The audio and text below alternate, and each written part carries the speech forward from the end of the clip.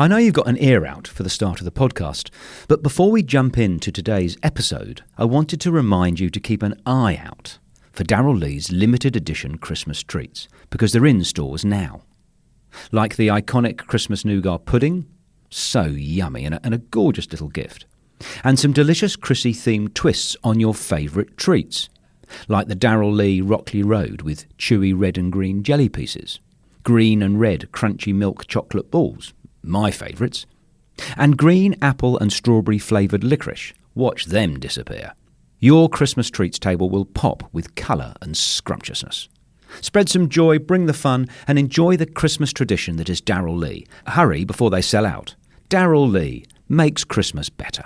Looking for a new career? Welcome to Do HVAC Training Service Center in North Charleston. Enroll today in our comprehensive HVAC training hands-on field experience-based program, covering troubleshooting, maintenance, installation, and more on various HVAC systems and ductwork. We offer EPA and NAEC preparation and testing, along with various certifications. Enjoy payment options. Achieve certification in under 5 months. Enroll now for your new journey of skill development and career advancement. Log on to dewhvactrainingsc.com to inquire.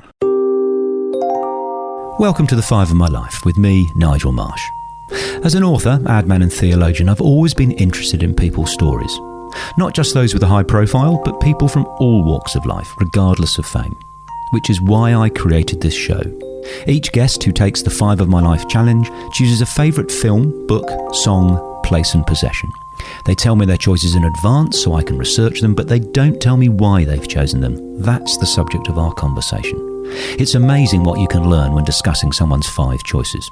I hope you enjoy listening to the show as much as I enjoy making it.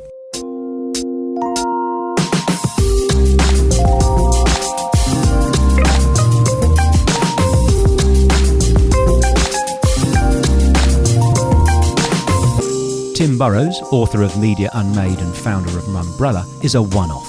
His commentary on the media world is uniquely insightful and has been essential reading in industry circles for over a decade. In this conversation, he covers, amongst other things, his face blindness condition, thoughts on Rupert Murdoch, and his love of Southampton Football Club.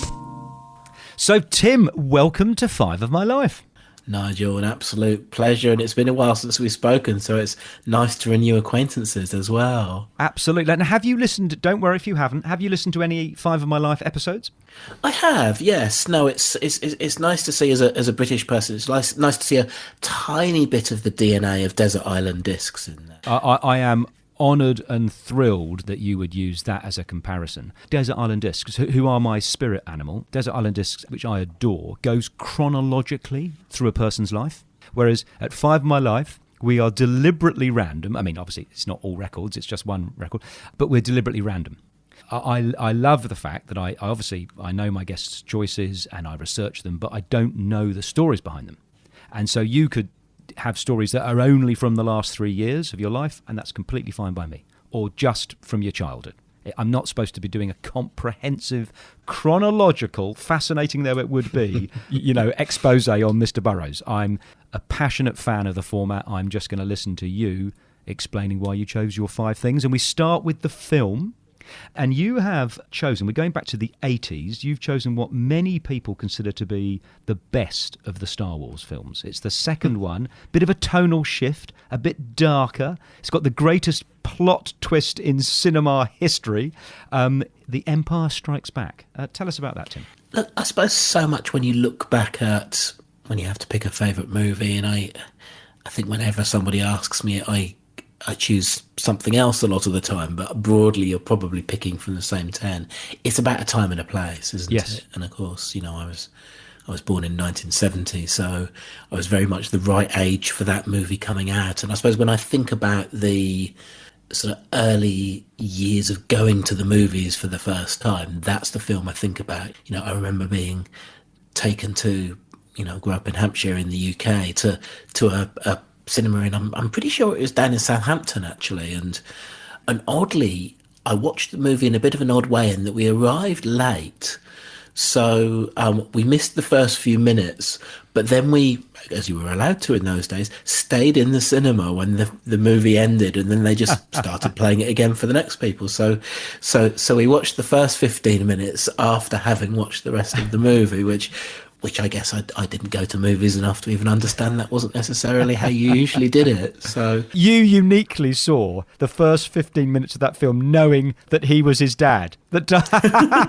Absolutely, yeah. So it was and then of course I suppose when you're that age, you're not even really processing the impact of some of those, you know, those big stories, etc. So yeah, you know, and I guess for me, even now when you see something at the cinema, it's different, particularly in these days of phones. Just having another discipline to stay off the phone for 2 hours is another good reason. But for me, the test now is off. You know, even now is still, would I happily kind of stay in my seat and watch the movie again? Which every now and then you get a movie, gosh, which you absolutely would. I think there's something magical about the communal experience of sitting in a movie theatre, knowing that the other people around you have also chosen to say, I am going to travel. It's like live comedy. It's like going to the Quakers church. You know, you can meditate in your own room, or you can go sit in silence with 30 other people.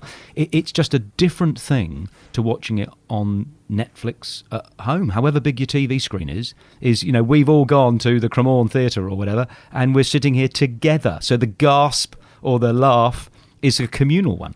Well, it's funny you should mention the Cremorne Theatre, because, yeah, I absolutely think of that as the place to go in Sydney for that sort of experience. You know, I remember going to see the 70mm screening of The Hateful Eight, the Quentin Tarantino movie, and it was just incredible on the big screen. Mind you, I also remember going to see the rescreening of 2001: A Space Odyssey and being desperately bored. Not everything stands up as you remember as well. But the Cremorne Orpheum in Sydney for moviegoers, I guess, there's nowhere to beat it, really, is there? Indeed not. And you, forgive me if I'm wrong, I've read somewhere that cinema in a way saved you when you were working in Dubai. Would you mind talking to that? Yeah. I suppose one of the other things about cinema is, well, two things. I worked in Dubai before coming to Australia, so that'll be about 15 years ago. And I was very bored in Dubai. It's not a good place to be a journalist because there's not a great deal of freedom of the press, for one thing. Who were you working for at the time? Well, at the time, I'd launched the Campaign magazine, right, which was a well-known advertising publication sort of out of the UK. It, very shortly after I left, was closed down by the authorities because it had flown a little too close to the sun. You know, everything that's said about freedom of the press, there isn't a great deal in Dubai, you know. So eventually I did get that "we can make your life very unpleasant" phone call, but I had to sort of say to that, well, you have to hurry up because I'm leaving in a week. But yeah, so going to the movies in Dubai was definitely one of those escapes. So I do on a Friday morning, because the weekend then in Dubai was a Friday, Saturday, though it has since changed to the more kind of Western weekend. And I would find that the only time I could really go and enjoy the cinema experience was that very first showing of the morning, before anybody else was out of bed. Because again, you're in different culture and different cultural differences, and it so happened that, you know, a lot of the people who lived locally thought of the cinema as a great place to catch up with friends and chat. And sometimes in the darkness, chat to friends of the opposite sex. So, you know, you almost got the sense that sometimes people would find the film a bit of an annoying distraction from their conversation. So yeah, you had to get there in the morning before anybody else was there. But yeah, that was definitely, I sort of look back as a great time for just focusing on a movie and thinking about nothing else. And you know, you would count down to the days before you could go along to it. Well, we're staying in the 80s. You're stuck in an 80s time warp, man. We are going to your book choice, and I'm so glad you chose this because I hadn't read it, and I obviously ordered it and read it, and it's just amazing. It's a classic memoir, Good Times, Bad Times, by Harold Evans in 1983. Tell us about the book first of all, and then why you've chosen it. Yeah, so Harold Evans was one of the UK and then I suppose one of the world's most celebrated editors. Probably became most prominent as editor of the Sunday Times of London in the UK. A very campaigning editor in all of the best ways. Campaigned for justice for victims of medical disasters. He did the thalidomide thing. That was an amazing example of crusading journalism that actually produced good. It was, and it was one of those ones where the victims of that didn't have a voice, certainly not a powerful establishment voice, until the Sunday Times stepped in, unafraid as an editor, would take on politicians, would do battle against injunctions trying to stop them from publishing stories. So a brave editor in all of the ways that any journalist, which I am, would want to see as a role model or aspire to be even slightly like. And I must admit the line that most resonated when I was reading it for the first time, and I must have been a magazine editor at that point, was he just talked about that sort of act of, they were a Sunday newspaper, so they were only coming out once a week, and how you always thought it was going to be perfect, and there was always some tiny flaw. And that's almost exactly the same process that I think any editor goes through, whether it's certainly of something which is a printed product that can't be changed, is the moment it comes back, you always find something, a typo, or, once Mary Malone, I was editing B&T magazine in Australia, we in the headline on the front page, we spelt Qantas with a U, for instance. And then you've got to live with that for the next week. An absolutely wonderful journalist. And I remember feeling terribly jealous one time when I worked at Mumbrella, where one of my colleagues had an idea for a feature about young journalists, up-and-coming journalists. And I suggested he try to talk to Harold Evans, because I knew he was still quite available, even though he was quite elderly in New York. And yes, sure enough, our journalist managed to get to him and interview him on the phone, and sort of just sitting across the other end of the newsroom, hearing this conversation going on and not being a part of it, but being very jealous that my colleague got to speak to him. And then, of course, as you allude to, he passed away not that long ago. Yeah. An amazing man, an amazing story, and it's almost like that book sort of naturally there's sort of two themes: the wonderful stories about running from 67 to 81, incredible run at the Sunday Times, and then the second theme is being convinced to go across to the Times by dear old Rupert Murdoch, and guess what? It didn't all work out.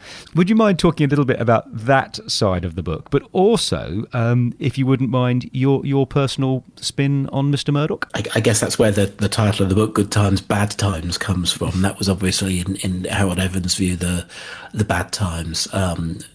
Rupert Murdoch. It was at the time where he was really becoming more interested in the UK rather than just being an Australian publisher. So, as proved his way, he was extremely wily in getting hold of the Sunday Times, because, of course, newspapers don't change hands very often, and they didn't change hands very often then. So you have to make a lot of promises about independence and everything else. And one of the patterns we've tended to see is there will be promises about independence, whether it's at a board level or whether it's board of, directors or editorial advisors or whatever it was. And, Harold Evans was very firmly of the view that Rupert Murdoch didn't keep those promises of independence, which was where those fallings out came. And of course, that's pragmatically in the real world.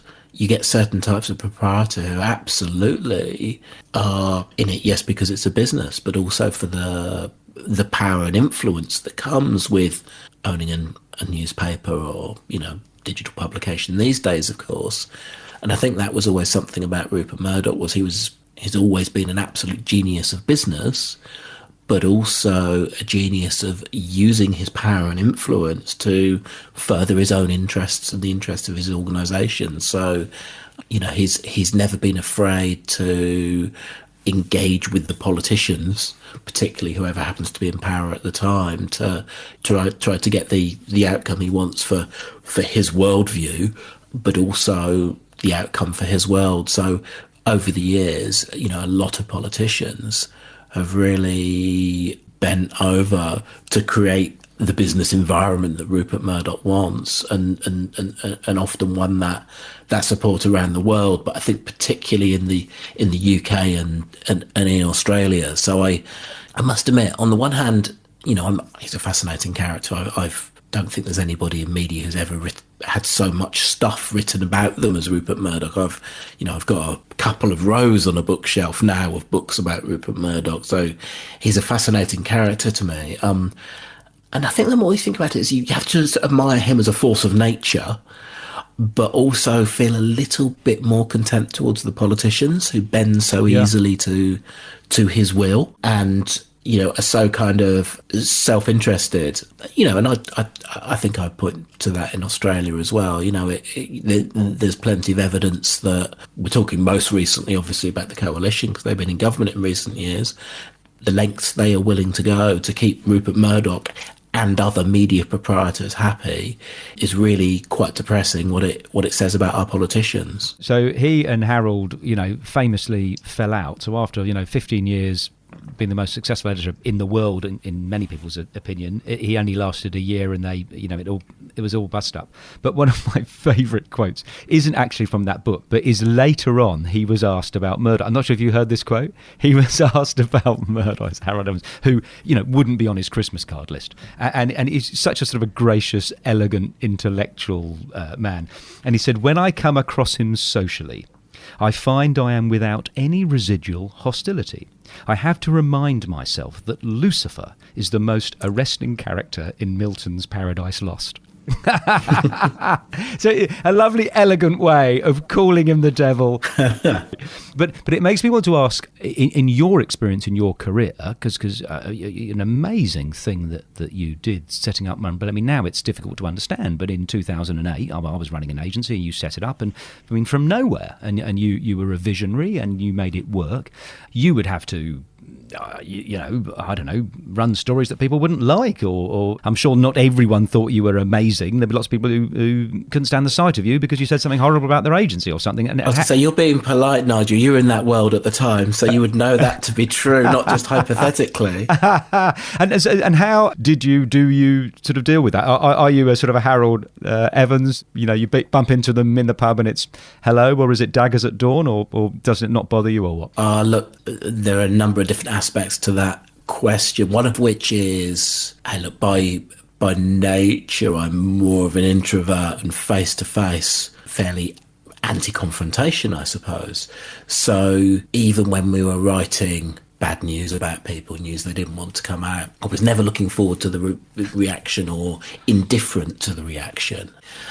Now, one of the things about me is I have a fairly good dose of prosopagnosia, facial blindness, which kind of means that I kind of, if it's a scale of 1 to 10, I'm about an 8 or something, which means that after I've met people quite a few times, I do start to recognise them. I'm a lot slower than most. But it would often mean at industry events, until someone was kind of a bit chilly with me, I wouldn't necessarily even realise they were somebody I'd offended terribly. So that helped insulate me a little bit. But I think the main thing which sort of, I guess, gave me and, our editorial team as we grew sort of a little bit of steel about things was I always saw it as our job, and we used to, this became a bit of a mantra. Whenever anyone started, we would talk them through this, when somebody joined us. And that wasn't just the editorial team, it was the sales team or anybody else. Was our job is to write for our audience, it's to be representative of individuals working in the communications industry. So that meant when you're writing a news story, you're not writing it for the contact who's just given you the story. You're not writing it to impress rival journalists somewhere else. You're certainly not writing it for advertisers. And you're also not writing it for those in power in the media establishment. That meant that sometimes you would write stories that others wouldn't. You try not to, but you get things wrong sometimes. But your job is to tell it like it is, or to do your very best to do so, even if it's going to annoy somebody. Often where we would bump up against our way of doing things versus other publications' way of doing things was that sort of question of, oh yeah, but is it good for the industry? It's a lot easier to sort of sum it up now because you had to kind of live with it and evolve it at the time. But the answer eventually came, look, we're in favour of a better industry for everyone, and that means calling out the problems. Whereas at the time, it would be very easy to be portrayed as being, a troublemaker or all of those things. I could always live with it and defend it, because it was a view honestly held, not a view that was controversial for the sake of being controversial. It would pass the Harold Evans test. Well, hopefully. I guess the thing, yeah, look, and I think the thing is, we can all be terribly pompous about our world of media and marketing as well. So I'm not sure I'm entirely comfortable even being, sort of talking about Harold Evans in the same sentence as writing about the media and marketing industry in Australia. It's the consequences are probably a lot less risky, for one thing, when you offend in that world. Now, here at Five of My Life, we aren't one of those podcasts, lovely though they are, where it's 5 tips to do whatever, but we do like having content where people learn. So it's under the radar. Every now and then they'll be entertained by your stories, but also they might learn something just under the radar. And one of those things is going to be, you are going to repeat that word about facial recognition, because I missed it. What is that word that you are an 8 out of 10? Say it again. Prosopagnosia. So if ever you want to read about it, Oliver Sacks wrote a book called The Man Who Mistook His Wife for a Hat. Yes. What a glamorous condition that you have, and presumably it's not. You don't pass it on to kids or whatever. You're just born with it, or do you develop it, or? Do you know what?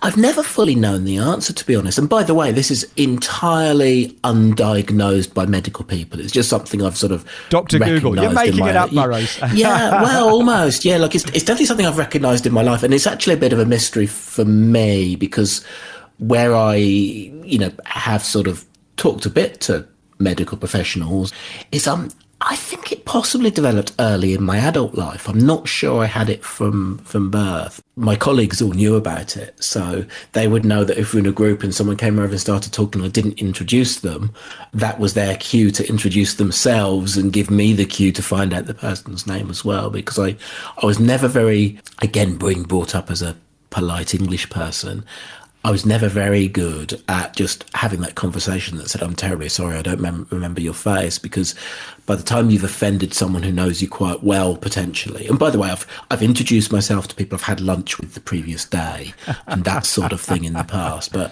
the problem is it derails the conversation for the next 10 minutes if you explain, why, in fact, you've just done this terribly offensive thing of not remembering someone. So yeah. So you are an opposite Kennedy. So there are those people in the world who remember everybody they've ever met on the campaign trail and say, oh, hello, Marjorie, how's your 2 daughters? They're twins, aren't they? The absolute opposite. I mean, people talk about Sir Martin Sorrell, who was the founder of WPP and now runs S4, so one of the great business people of the world, and how, he would take a question from a member of staff in the audience and then a couple of years later remember their name. So there are some people who have that absolute talent, and I sadly am not one of them.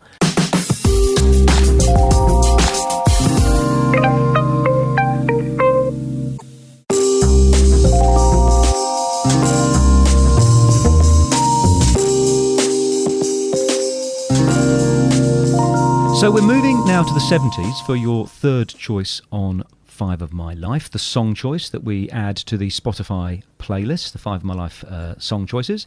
And you have chosen Growing Up by Bruce Springsteen. Growing up.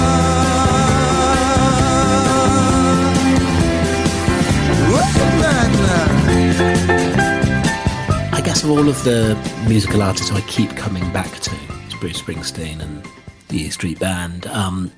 So my biggest problem was in choosing a song.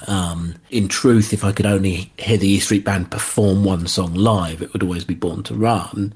But I also assumed that you've had enough guests now that somebody else would have already chosen that one. I think the thing about Growing Up is obviously it was very early in his career. And of course, famously both a performer and a writer.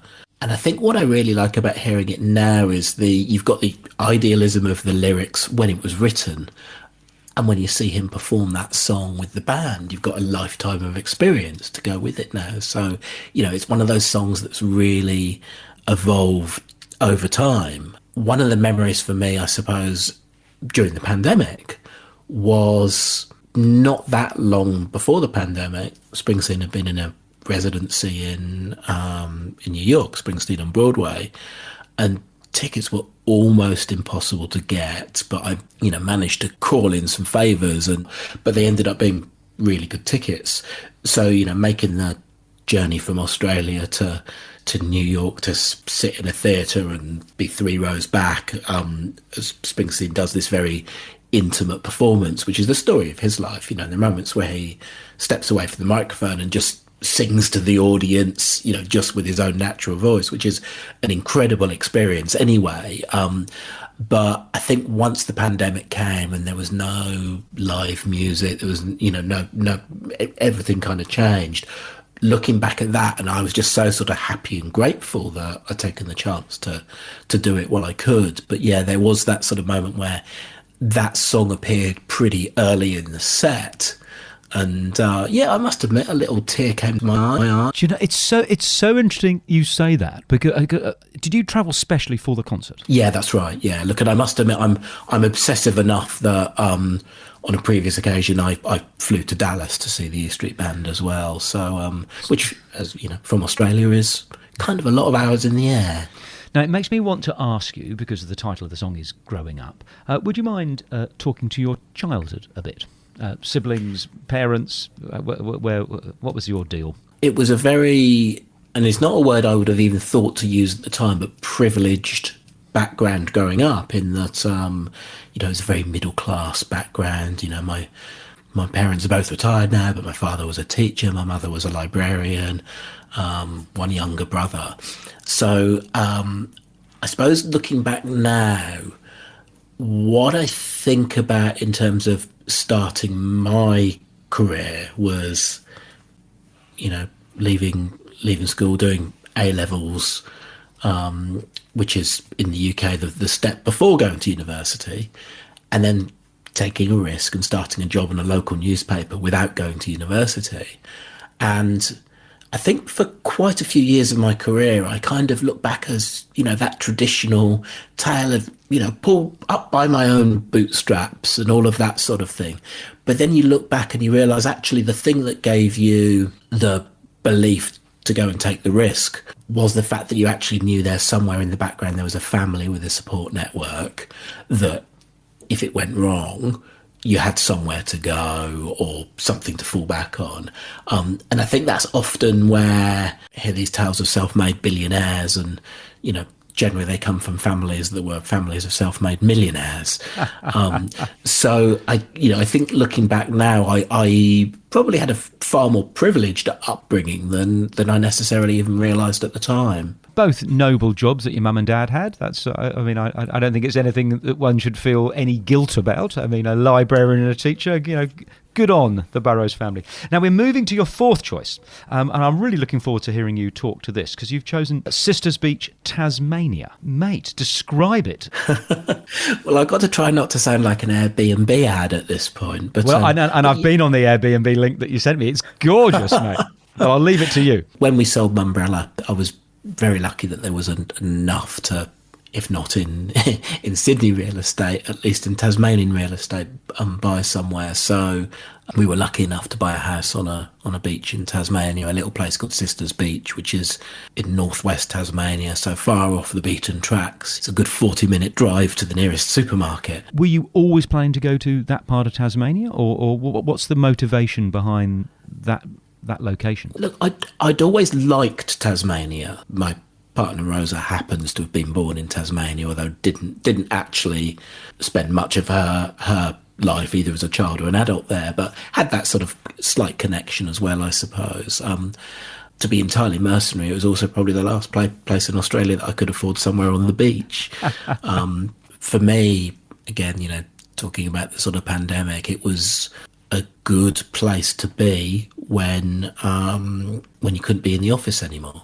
Space to kind of be with a national park all around you, and we were then fortunate enough that Tasmania, for the most part, was COVID free, certainly for the first sort of year and a half of the pandemic. So, took some months out to write a book as well, which was just a great remote spot to focus on writing, as maybe you're more disciplined than me, Nigel, but I certainly need to remove the distractions if I'm going to get something like that done. But yeah, so I feel sort of much more connected with being there. When I was living in Sydney, I never know what the phase of the moon was, for instance, or what the tides were doing. Yeah. All of those things you just naturally know when you're sort of seeing them. So it's a slightly different way of living, and one I used to get a lot more hours of sleep per day when I'm there as well. Now we're coming to your fifth and last choice, which is usually my favourite, and I just adore what you have chosen here. You have chosen on Five My Life as your possession the match day programme from the Southampton versus West Ham, which for listeners who don't realise are two English football teams. The first game of football you ever went to see in 1982. You were 11 years old. Tell us about that. Yeah, I still have memories of being taken along by an uncle with, I think, certainly my brother, but I think also two other cousins as well. So I look back now and think, my God, he was probably only in his 20s himself, having to drag along, 4 10-year-olds to a football match. And of course, in those days, it's standing on the terrace and it's packed. So I'm not sure it would have been much fun for him. But my main memory is being at the ground for Southampton Football Club was called the Dell then, it was tiny.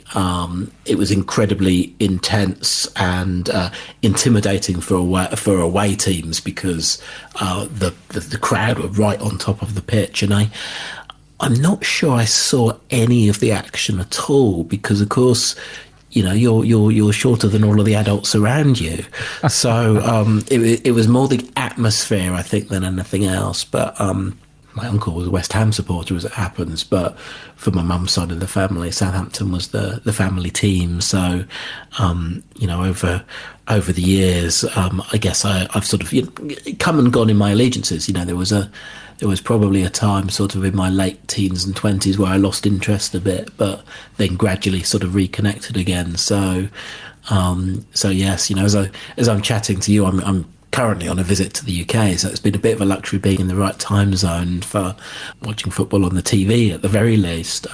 But yeah, so it became part of the kind of, I guess, lifelong rhythm of, certainly in Australia on a Sunday morning, looking out for the results that came in from the UK overnight. And Matt Le Tissier, he was the main star, is that right? Well, I think Matt Le Tissier, for me, if you were to sum up the old values of football, then you would probably point towards him. So he was this incredible, mercurial striker. If anyone just looks him up on YouTube, he was, said to have scored the best goal of the Premiership, sort of where he kind of, juggled it 3 times and then booted it into the back of the net in an incredible move. But for me, part of the interesting story about him was he could have been so much more famous. He was quite famous, but he never played for England very much. Struggled to get picked because he was such an individualistic player, but also because he was a homebody, liked to stay in Southampton, so didn't take the big offers to go anywhere else. And as a result, probably never progressed quite as far as in his career if he'd been on the big stage at Manchester United or something.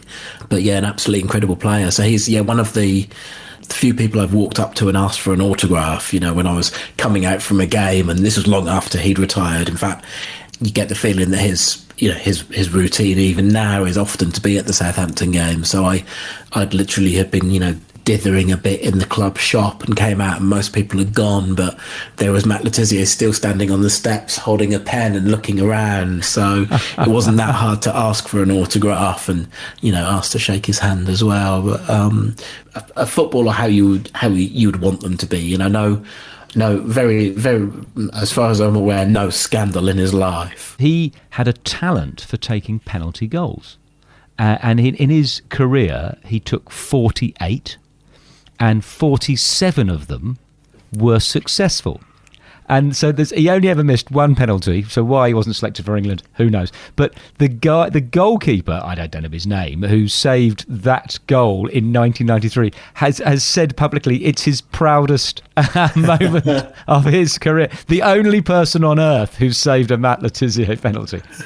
Well, that's a stat I must admit I didn't know. I do remember reading later an interview with one of the England managers who didn't pick him because it was always a mystery. And they said they'd watched him being about to take a free kick and then noticed he was sort of just tapping one of his feet on the ground or just the tip of his toe on the ground before taking it, and decided this showed hesitancy, so he didn't like that. And then later the Tizios were like, I just used to find that before I took it, I could just get a tiny bit extra sensitivity if I moved my toe to the front of the boot. So, on such misunderstandings, careers are made and lost, I suppose. Well, actually, so here we go. On misunderstandings, I've got two more questions for you, mate. And thank you so much for making yourself available to take the 5 of My Life challenge. So the first question is, what is there about you that you would like people to understand? Look, I think I've probably touched on it a little bit before. I think that's the thing where if there is a misunderstanding about my professional persona, I'm a lot kind of brasher and certain in the written word than I think I am outside of my professional environment, which, as I say, I at heart I'm an introvert, but yeah, I think probably the main thing is, I'm a lot quieter than you might think. I thank you for taking that question, on the chin and owning it. So you've been an absolute legend, mate. The sixth question, we always ask all of our guests, and we chase them all up. It doesn't mean that we are successful, because some of them die and some of them are Barack Obama and Arnold Schwarzenegger, who we have asked.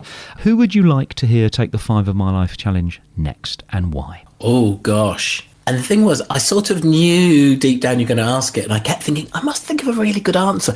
And here we are, we've got to this point, and I still haven't. Do you know what? And I might be dropping him in it. The person who I really admire the writing of is Mark Ritson. Right. The marketing professor. He's brilliant on stage, he's a brilliant writer, and I've interviewed him on stage a couple of times myself. I think there's probably a much more interesting backstory than he necessarily lets on. Right. I think Mark's fabulous. His writing makes me laugh. I've done a couple of things with him, and that's a wonderful answer to my sixth question. Tim Burrowes, thank you so much for coming on and sharing the 5 of your life. Nigel, an absolute pleasure, and thank you for inviting me. Thank you for listening to The 5 of My Life, presented by me, Nigel Marsh. Our producer is Mandy Coolan. Theme music is thanks to Darcy Thompson and Matt Nicholish. If you've enjoyed today's episode, please share with a friend. And if there's someone you'd like to hear take the challenge, please message us on the 5 of My Life Instagram page. I love hearing from you and appreciate all your suggestions. Looking for a new career? Welcome to Do HVAC Training Service Center in North Charleston. Enroll today in our comprehensive HVAC training hands-on field experience-based program, covering troubleshooting, maintenance, installation, and more on various HVAC systems and ductwork. We offer EPA and NAEP preparation and testing, along with various certifications. Enjoy payment options. Achieve certification in under 5 months. Enroll now for your new journey of skill development and career advancement. Log on to dewhvactrainingsc.com to inquire.